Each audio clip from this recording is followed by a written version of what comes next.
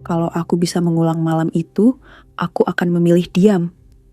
Aku akan menaruh ponselku jauh-jauh, membiarkan layar gelap, dan pura-pura tidak pernah mengetik apapun. Karena satu chat WhatsApp yang salah kirim itu pelan-pelan mengubah hidupku, bukan seperti dongeng. Lebih seperti ruang sunyi yang lampunya redup, tapi pintunya terkunci dari dalam. Malam itu hujan baru saja berhenti. Di kamar kosku, suara tetesan masih turun dari talang. Lampu kuning kecil di pojok kamar membuat bayangan menempel di dinding seperti noda. Aku duduk di kasur tipis, menatap amplop coklat yang sudah kusimpan seminggu. Amplop itu peninggalan ibu. Ibu meninggal 2 bulan lalu. Tidak ada warisan, tidak ada tabungan, tidak ada rumah. Yang ada cuma satu kotak sepatu berisi dokumen tua dan amplop coklat bertali rami yang diikat terlalu rapi untuk ukuran tangan ibu. Di depan amplop itu ada tulisan tangan yang aku hafal di luar kepala. Kalau kamu sudah cukup kuat, baca. Jangan sebelum waktunya. Aku tidak tahu kapan cukup kuat itu. Tapi malam itu, dengan perut kosong dan kepala penuh, aku merasa tidak punya pilihan selain membuka. Isi amplopnya bukan uang, bukan juga surat panjang, hanya selembar kertas tipis dengan beberapa kalimat yang seperti potongan mimpi. Ibu menulis, "Maafkan ibu, ada satu orang yang seharusnya kamu kenal, tapi ibu sembunyikan. Kalau suatu hari kamu terdesak, cari dia." Kunci terakhirnya ada pada kalimat ini. Lampu kuning di tangga belakang. Aku membaca itu berkali-kali. Rasanya seperti puzzle yang dipatahkan sebelum selesai. Aku ingin menulis ke seseorang, ke satu-satunya teman yang masih kadang menanyakan kabarku, Rani, teman SMA yang sekarang kerja di minimarket. Aku buka WhatsApp. Aku cari nama Rani. Tapi di layar ada kontak yang kutaruh paling atas, Pak Arga. Itu bosku. Bos besar di perusahaan tempat aku kerja. Aku cuma staf administrasi kontrak, level paling bawah yang sering dianggap numpang lewat. Aku tidak tahu kenapa jempolku memilih chat itu. Mungkin karena aku capek. Mungkin karena pikiranku terpecah. Mungkin karena nama itu kebetulan ada di atas, menyala hijau, dan aku tidak benar-benar melihat. Aku mengetik cepat. "Ran, aku nemu surat ibu. Isinya aneh, kayak ibu sembunyiin orang. Ada kalimat, lampu kuning di tangga belakang. Aku takut ini soal masa lalu. Aku harus gimana?" Aku kirim. 1 detik kemudian, aku melihat nama di atas layar. Pak Arga. Jantungku langsung turun. Seperti ada tangan dingin menekan dada. Aku buru-buru kirim chat kedua. "Maaf Pak, salah kirim. Tolong diabaikan." Aku menunggu. Biasanya, bos seperti dia tidak akan membalas chat staf kecil yang menyembahkan bukan bawahannya langsung. Paling cuman oke atau tidak dibaca sama sekali. Tapi 5 menit kemudian, gelembung mengetik muncul. Lama, seolah orang di ujung sana menimbang satu kata demi satu kata. Lalu masuk satu pesan. "Tidak apa-apa, kamu belum tidur?" Aku membeku. Itu bukan balasan formal. Itu terdengar manusia. Aku membalas gugup. "Belum Pak, maaf sekali, saya benar-benar salah kirim." Beberapa menit hening, lalu kalimat itu, "Kamu dapat dari surat ibumu?" Aku menelan ludah. Kenapa dia bertanya begitu spesifik? Aku mengetik ragu. "Iya Pak, tapi saya tidak paham maksudnya." Balasan berikutnya datang cepat, seperti sudah siap dari tadi. "Jangan ceritakan ini ke siapapun dulu. Besok setelah jam kerja, kamu bisa naik ke lantai 21, aku tunggu." Lantai 21 itu lantai eksekutif. Aku bahkan tidak punya akses kartu ke sana. Tanganku gemetar. Aku membaca ulang chat itu. Ada sesuatu yang tidak wajar. Bos meminta bertemu seorang staf kecil karena sebuah kalimat dari surat ibu. Aku mencoba menenangkan diri dengan logika. Mungkin dia cuma khawatir stafnya punya masalah atau mengira aku ingin resign. Tapi ada satu bagian yang menempel seperti duri. Kalimat itu seolah dia mengenalnya. Malam itu aku nyaris tidak tidur. Di luar jendela kos, lampu jalan memantul di aspal basah. Aku memikirkan wajah ibu, cara beliau selalu menghindari pertanyaan tentang ayah. Memikirkan amplop yang terasa terlalu rapi. Memikirkan kalimat lampu kuning di tangga belakang yang seperti sandi. Keesokan harinya di kantor, semuanya tampak normal. Dan justru itu yang membuatku gelisah. Orang-orang tertawa di pantry. Printer macet seperti biasa. Lift penuh di jam makan siang. Tapi aku merasa seperti membawa rahasia di saku dan semua orang bisa mencium baunya. Yang lebih aneh, sore itu tiba-tiba ada perubahan kecil yang terasa terlalu tepat. Aku dapat email dari HR. Kontrakku yang tadinya 3 bulan lagi habis, diperpanjang setahun. Aku bengong menatap layar. Ini tidak pernah terjadi tanpa proses panjang. Lalu, saat aku turun ke lobi, satpam memanggil namaku dan menyerahkan payung hitam baru. Dari perusahaan, Mbak. Katanya, untuk keperluan kerja kalau hujan. Aku memegang payung itu, masih berbau plastik, gagangnya dingin.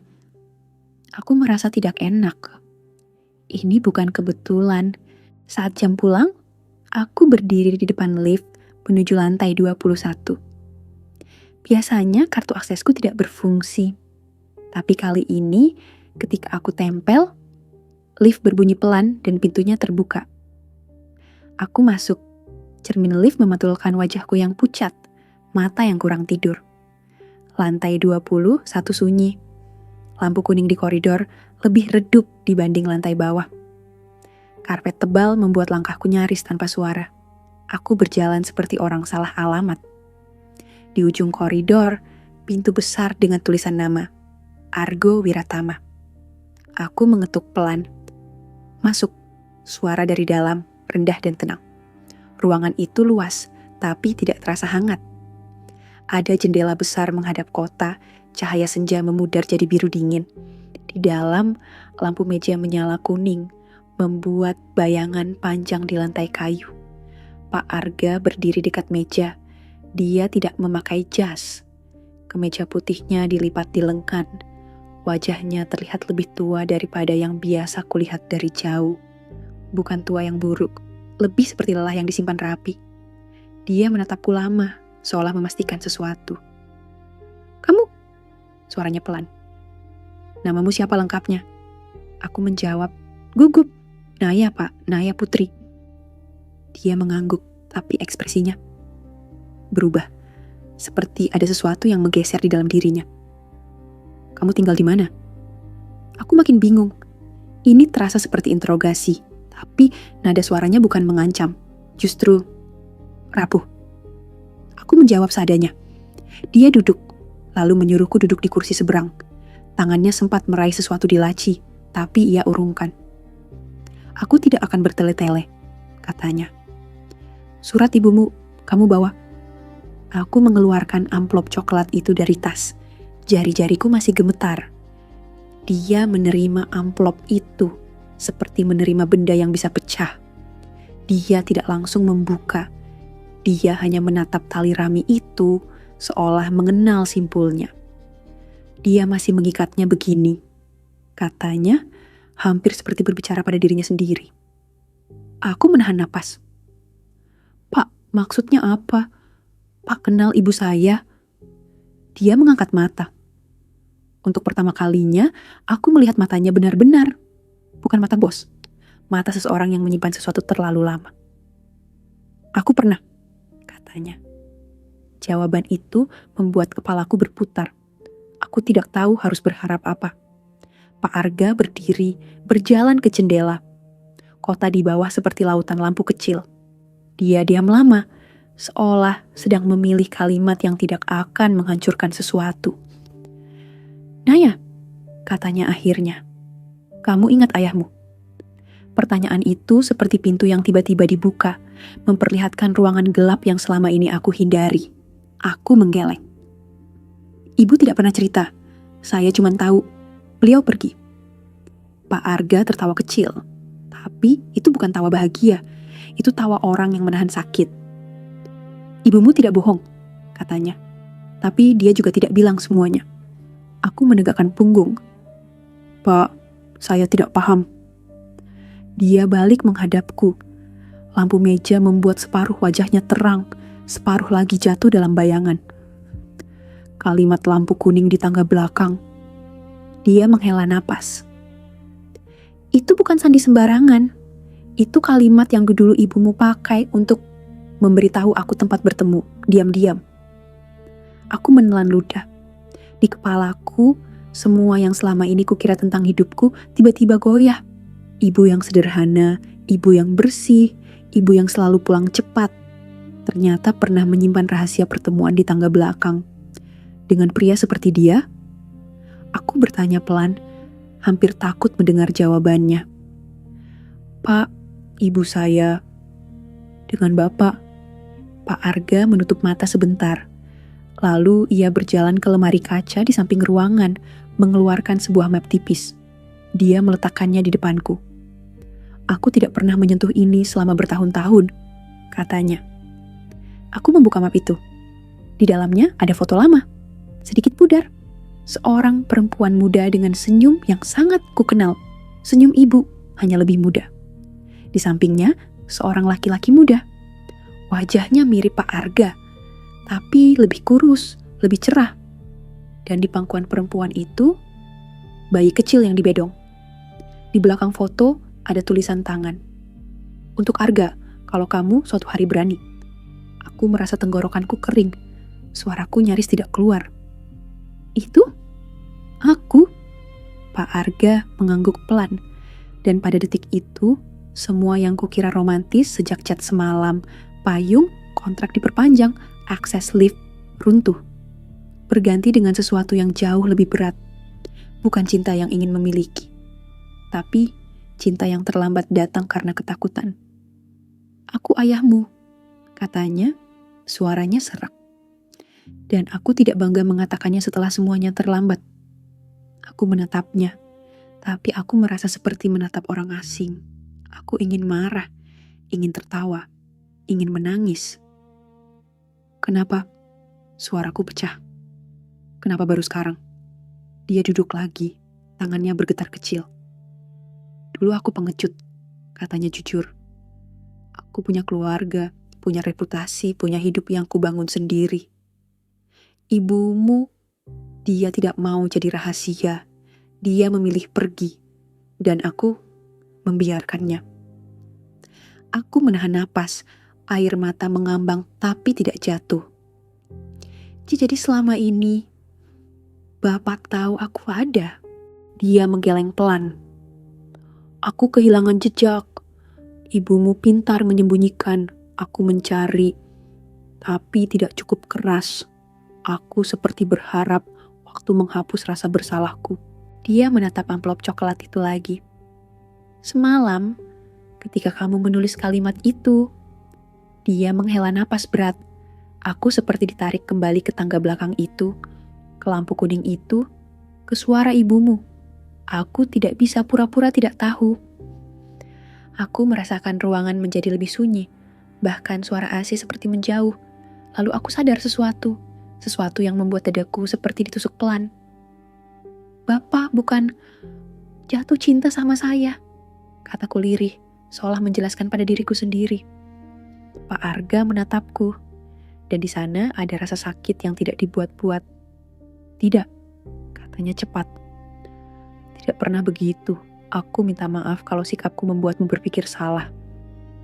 Aku hanya ingin menebus. Tapi aku juga takut. Takut kamu menolak.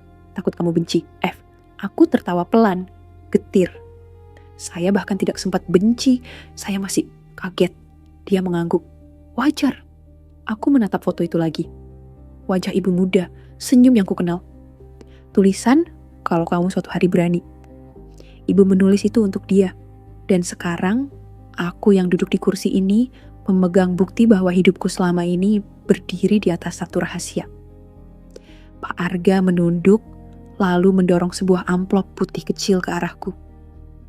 "Aku tidak minta apapun darimu malam ini," katanya.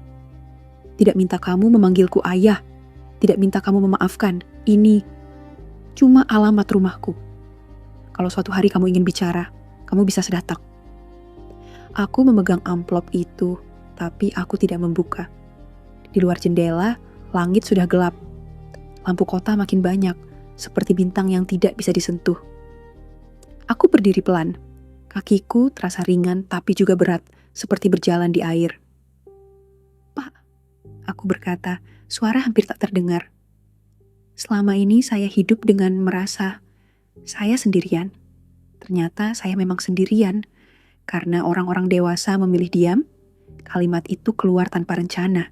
Dan setelah itu, air mata akhirnya jatuh, satu-satu, tanpa suara. Pak Arga tidak mendekat, tidak menyentuh. Ia hanya menunduk, seperti menerima hukuman yang memang miliknya. Aku berjalan keluar ruangan. Koridor lantai 21 terasa lebih panjang dari tadi. Lampu kuning memantulkan bayanganku sendiri, memanjang, kurus, seperti garis yang hampir putus. Di lift, aku menatap pantulan wajahku. Aku bukan lagi orang yang sama seperti kemarin malam. Ketika pintu lift terbuka di lobi, udara terasa lebih dingin. Aku menggenggam payung baru dan amplop putih. Aku pulang ke kos, menaruh payung di pojok, menaruh amplop putih di meja kecil. Lalu aku duduk di kasur dan memandangi amplop coklat peninggalan ibu. Aku akhirnya paham, cukup kuat itu bukan soal siap mendengar rahasia, tapi siap hidup dengan kenyataan bahwa sebagian cinta datang terlambat, karena orang dewasa takut kehilangan nama baik. Malam itu, aku membuka chat WhatsApp lagi. Di sana masih ada pesan Pak Arga. "Besok setelah jam kerja, kamu bisa naik ke lantai 21. Aku tunggu." Aku menatapnya lama. Lalu aku mengetik satu kalimat. Bukan marah, bukan manis, hanya jujur. "Pak, terima kasih sudah berani. Tapi saya butuh waktu untuk belajar percaya." Aku kirim. Dan untuk pertama kalinya, setelah ibu pergi, kamar kosku terasa benar-benar sunyi. Bukan sunyi yang menakutkan, sunyi yang seperti ruang kosong, tempat aku harus memutuskan mau mengisi hidupku dengan apa.